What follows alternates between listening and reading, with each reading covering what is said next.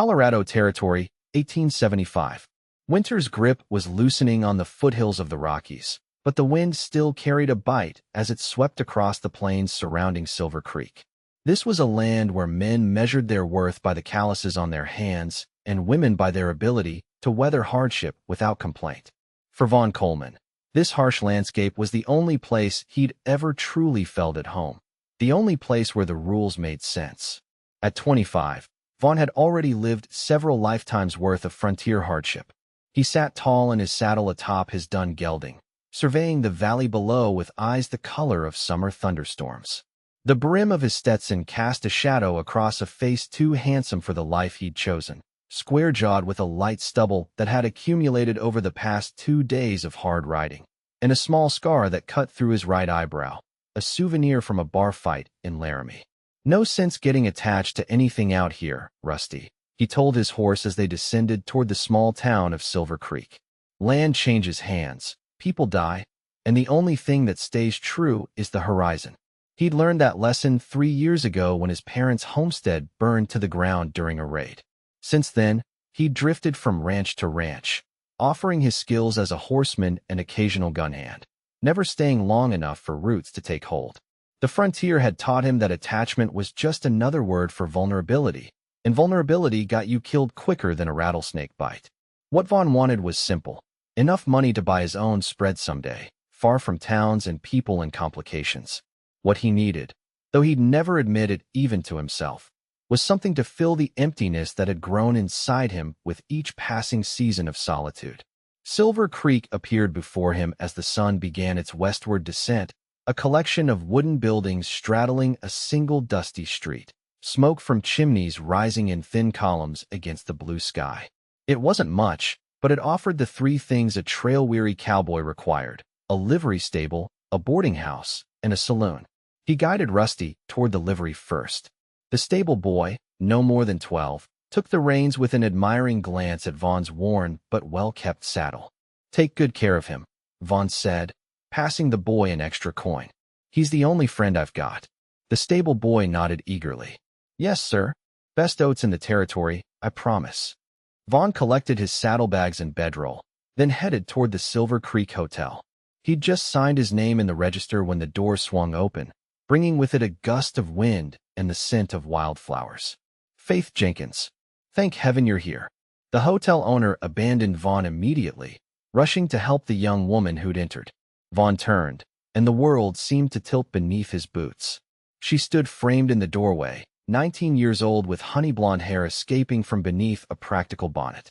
Her blue calico dress, though clearly well-worn, was impeccably clean and pressed. But it was her eyes that caught him, green as spring grass, intelligent, and carrying a weight of determination that seemed at odds with her delicate features. "Mrs. Peterson, I came as soon as I got your note," Faith said, her voice gentle but firm. "How is Emily doing?" "The fever's worse, and the doctor's away in Boulder for another 2 days." Mrs. Peterson wrung her hands. "I didn't know who else to turn to. I'll need hot water, clean cloths, and whatever herbs you have," Faith instructed, removing her gloves. She noticed Vaughn then, giving him a brief, assessing glance before returning her attention to the older woman. "Of course, right away," Mrs. Peterson said, hustling toward the back room. "Oh, Mr. Coleman, your key." She thrust a brass key toward him before disappearing. Faith turned to him again, her gaze more deliberate this time. "You're new to Silver Creek." It wasn't a question, but Vaughn found himself answering anyway. "Just passing through, ma'am. Looking for work." "Well, Mr. Coleman, if you're looking for work, you've come at a fortunate time. The Blackwater Ranch is hiring hands for spring roundup." She paused, then added with a hint of challenge, "though they only take men who plan to stay the season, not drifters." Before Vaughn could respond, Mrs. Peterson returned. "Faith, she's upstairs, room 3.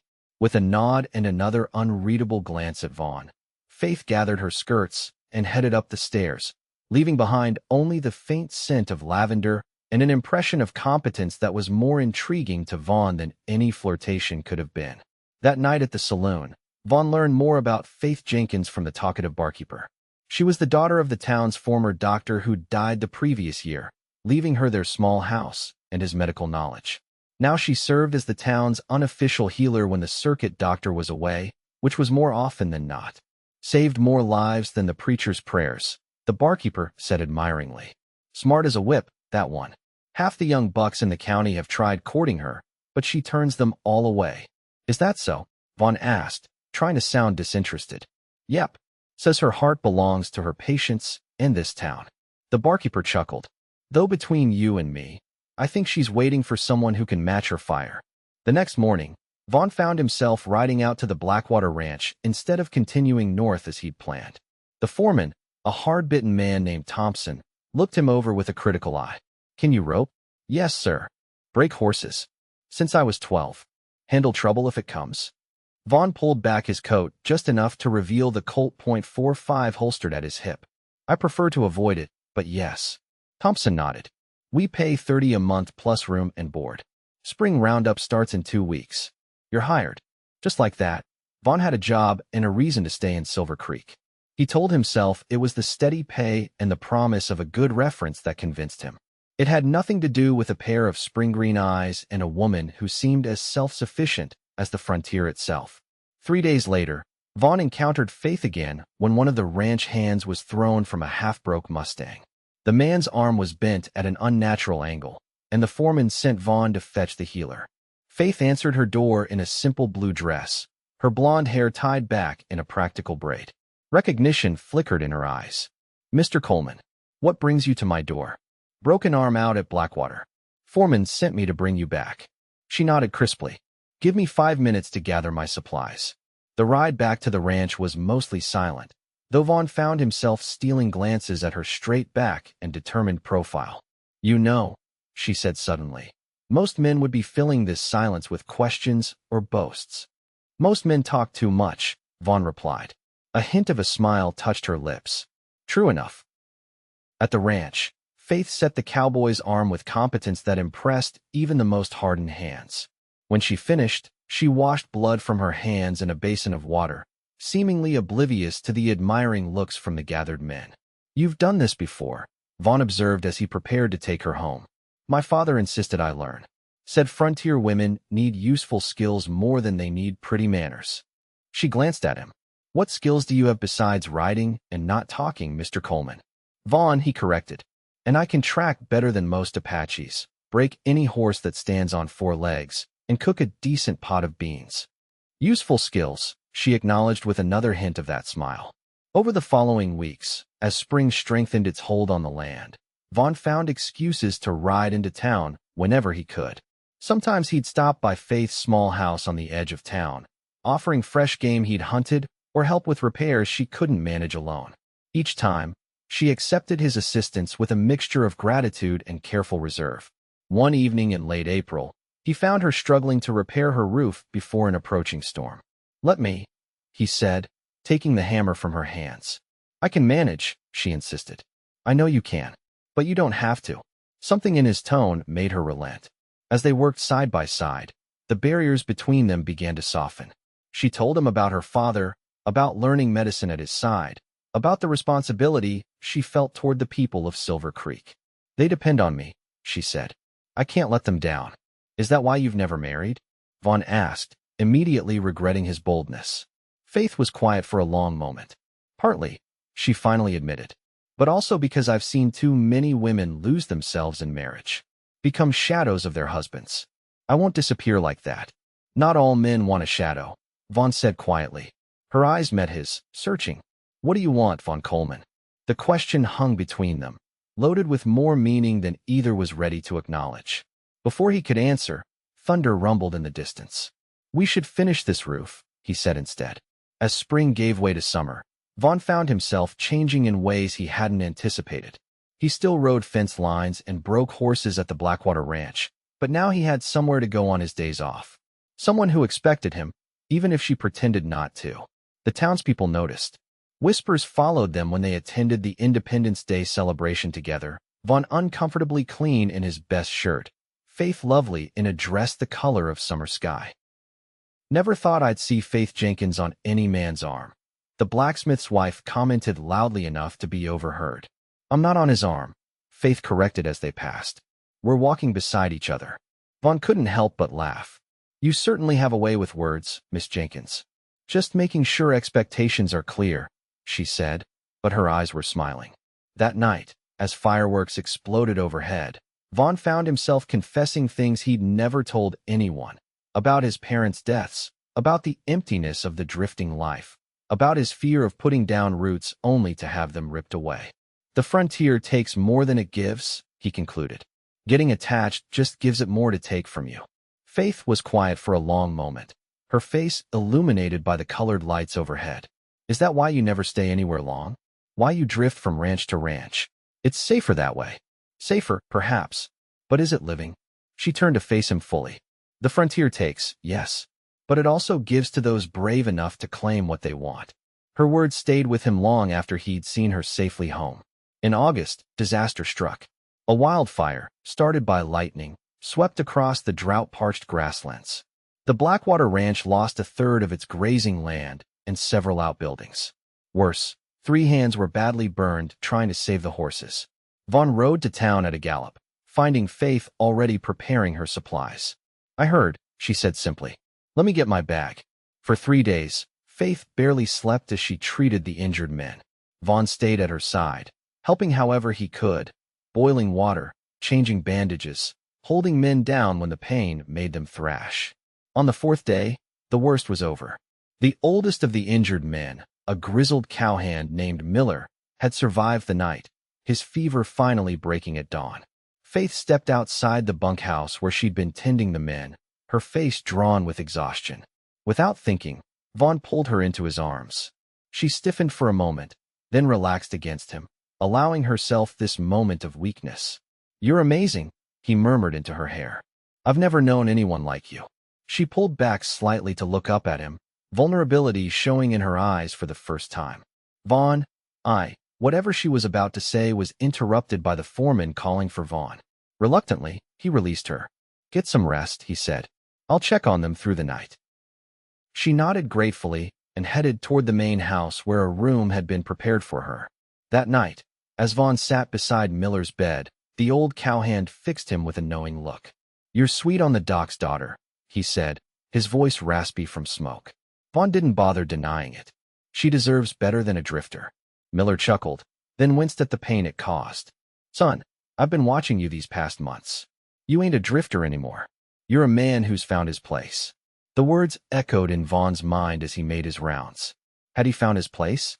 For the first time in years, the thought of moving on didn't bring relief, but dread.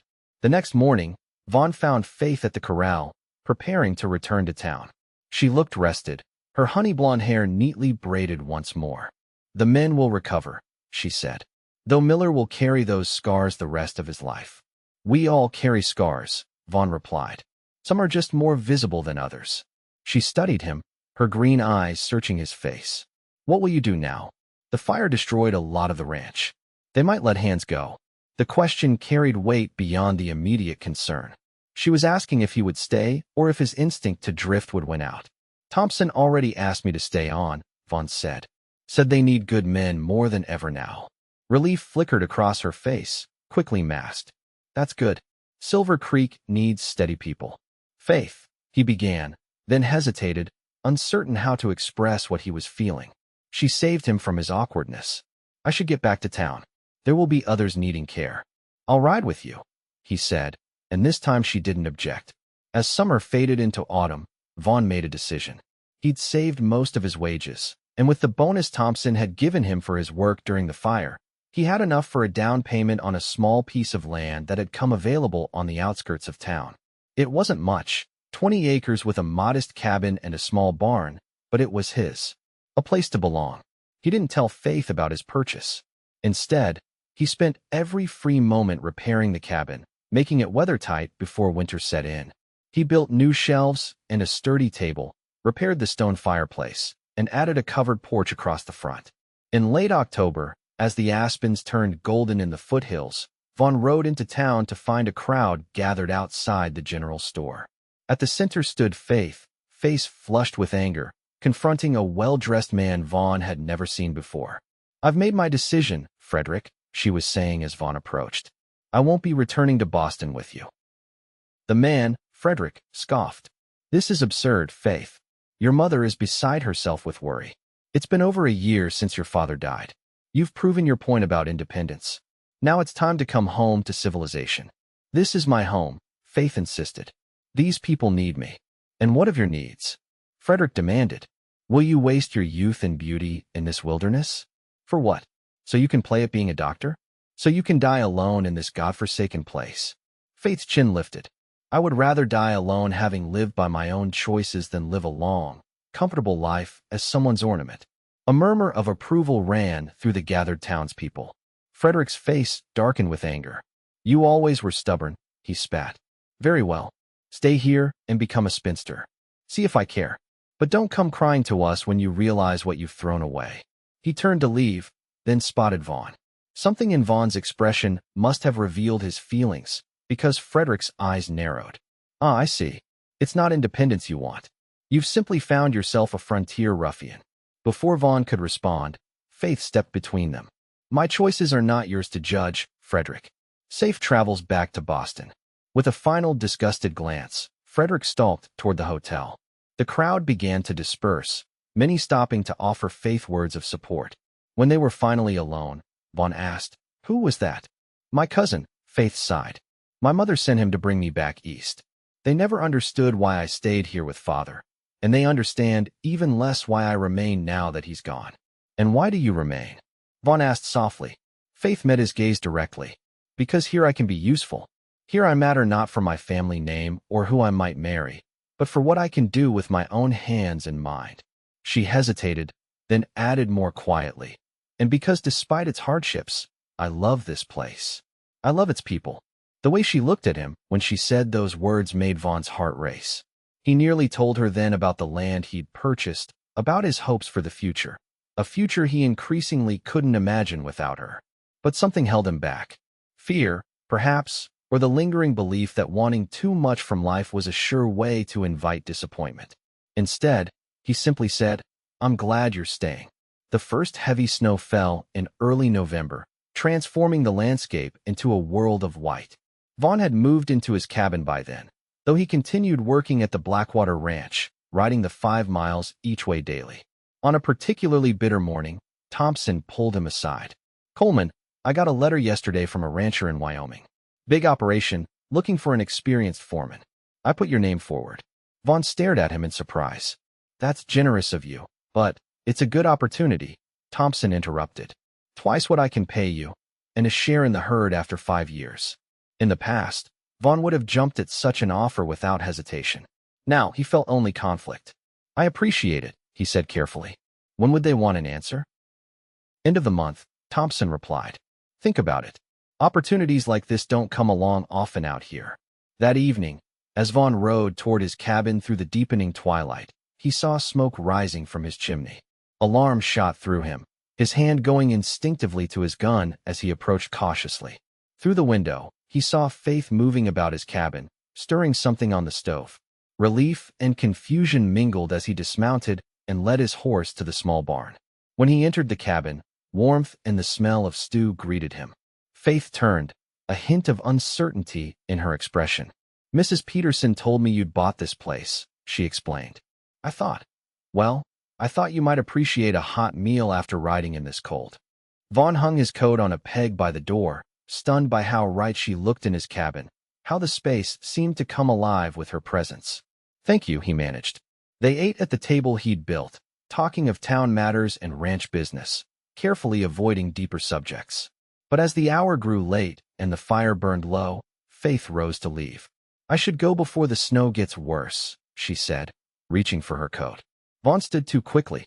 Stay, he said, then immediately clarified. I mean, it's not safe to ride back to town now.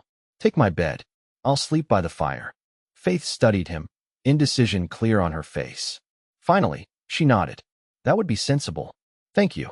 That night, as Vaughn lay on a bedroll before the dying fire, listening to Faith's soft breathing from the small bedroom, Thompson's offer echoed in his mind. Wyoming meant more money, more opportunity, a faster path to the success he'd always thought he wanted. But it also meant leaving Faith, leaving this place that had somehow become more than just another stop on an endless journey. At dawn, he rose and rekindled the fire, putting coffee on to boil. Faith emerged from the bedroom, her hair loose around her shoulders, looking younger and more vulnerable than he'd ever seen her. "I made coffee," he said unnecessarily. "Thank you."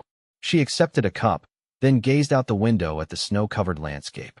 "It's beautiful, isn't it? Most people only see the hardship of frontier winters, but there's beauty too." "You see beauty where others don't," Vaughn said. "It's one of the things I admire about you." She turned to him, her green eyes serious. "What else do you admire, Vaughn Coleman?" The question demanded honesty. "Your courage, your certainty, the way you never back down from what you believe is right." He took a step closer to her. "The way you've made a place for yourself in this world on your own terms." "And what about you?" she asked softly. "Have you made a place for yourself? Or are you still just passing through?" It was the moment to tell her about Wyoming, about the decision he faced. Instead, Vaughn found himself confessing a different truth. "I bought this land because of you," he admitted. "Because you made me want to stop running." Faith set down her coffee cup, her hands trembling slightly. "Vaughn, The rest of her words were lost in the sudden pounding on the door. Vaughn opened it to find a ranch hand from Blackwater, his horse lathered despite the cold. "Fire at the main house," the man gasped. "Thompson sent me to fetch you and the healer. The missus is trapped upstairs." The peaceful moment shattered as they sprang into action. Within minutes, they were riding hard through the snow toward the ranch, the black smoke visible even from miles away. The scene that greeted them was chaos. The main house was engulfed in flames, ranch hands forming a bucket line from the well. Thompson was trying to fight his way inside, held back by two men. "My wife," he was shouting. "Mary's still in there." Vaughn dismounted in one fluid motion. "Where is she?" he demanded. "East bedroom, second floor," Thompson choked out. "The stairs collapsed after I got the children out." Faith grabbed Vaughn's arm. "Don't," she pleaded. "It's too dangerous." For one brief moment, their eyes locked. Then Vaughn pulled away, stripping off his heavy coat. "Take care of the children," he said. "I'll be back with Mrs. Thompson." Before anyone could stop him, he circled to the side of the house where a trellis ran up to a second-floor window.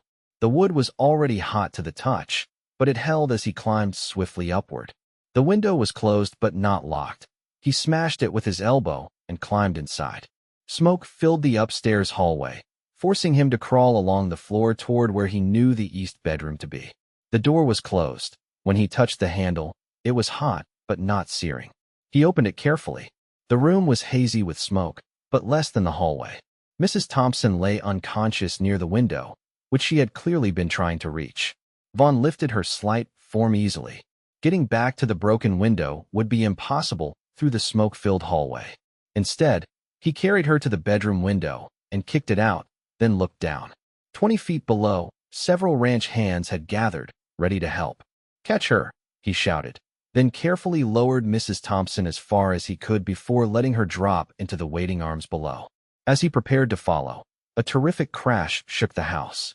The floor beneath him groaned ominously. Vaughn knew he had seconds before the entire structure collapsed.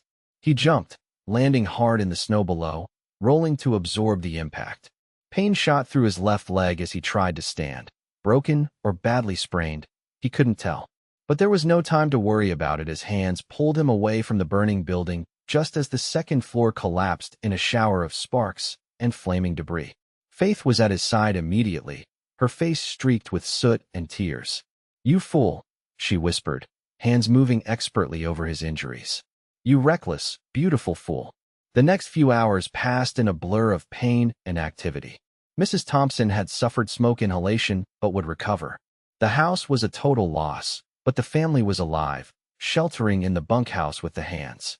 Vaughn's leg was indeed broken, and Faith said it with the same competence she brought to all her medical tasks, though he thought her hands trembled more than usual. As night fell, Thompson insisted that Faith take Vaughn back to his cabin to recover. "We've got enough able bodies here," he said, "and he needs proper rest, not a crowded bunkhouse."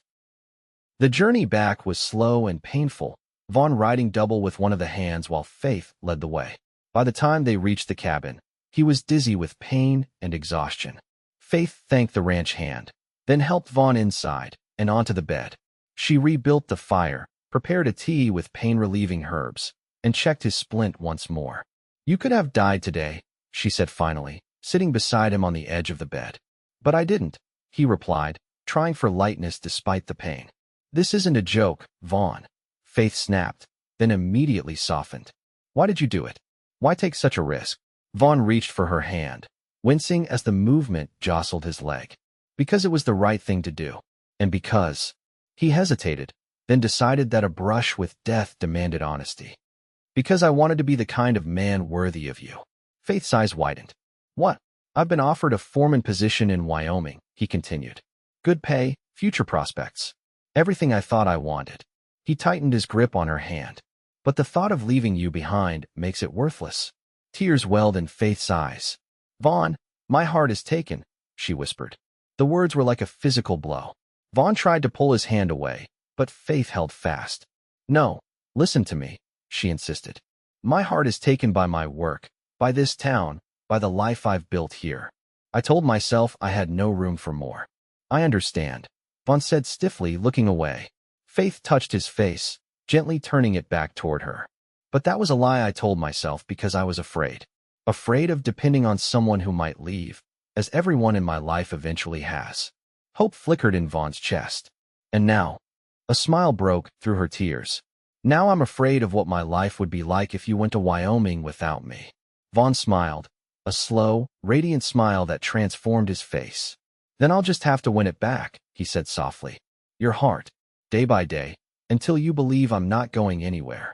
You've already started, Faith admitted, leaning down to press her lips gently to his.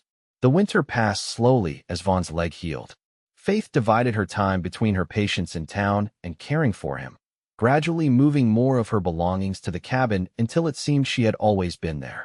They talked for hours by the fire, about her childhood in Boston, about his years of drifting, about their hopes and fears. Thompson rebuilt his house with the help of the community, and by spring, Vaughn was able to return to work, though Faith insisted he use a cane for another month. On a warm day in May, as wildflowers carpeted the meadow behind the cabin, Vaughn asked Faith to marry him. He'd crafted a ring himself from a small gold nugget he'd panned from the creek that ran through their property. I know you worry about losing yourself in marriage, he said, holding the simple ring out to her. I'm not asking you to be less so I can be more. I'm asking if we can build something together, something neither of us could create alone. Faith took the ring, turning it in the sunlight. Will you still support my healing work? Even when people talk? I'll be the one bragging loudest about my wife, the doctor, Vaughn promised. And you'll never take another job that would make us leave Silver Creek. Not unless we decide together that it's what we both want. Faith slipped the ring onto her finger. Then yes, Vaughn Coleman, I will marry you. They were married 2 weeks later in the small church in Silver Creek. The entire town turned out, along with the hands from Blackwater Ranch. Thompson stood as Vaughn's best man, his wife, fully recovered from the fire, beaming beside Faith. That night, as they lay together in the cabin that had become their home, Faith traced the scar above Vaughn's eyebrow with a gentle finger. Do you remember what you told me when we first met? About the frontier taking more than it gives? Vaughn nodded, pulling her closer. I was wrong, he admitted. The frontier gives exactly what you have the courage to claim. Faith smiled against his chest. And what have you claimed, Vaughn Coleman? A home, he said, kissing her forehead. A purpose. He kissed her nose. And a love I never believed could exist out here. He kissed her lips, soft and reverent. What about you, Faith Coleman? What have you claimed? The same, she whispered. And the freedom to be fully myself, with a man who sees me clearly and loves what he sees. Outside their window, the vast frontier stretched under a canopy of stars, still wild, still dangerous, but no longer empty. For in a small cabin on the edge of Silver Creek, two people who had believed themselves destined for solitude had found in each other not just companionship, but completion. The frontier, with all its harshness, had given them the greatest gift of all, a love strong enough to transform wilderness into home.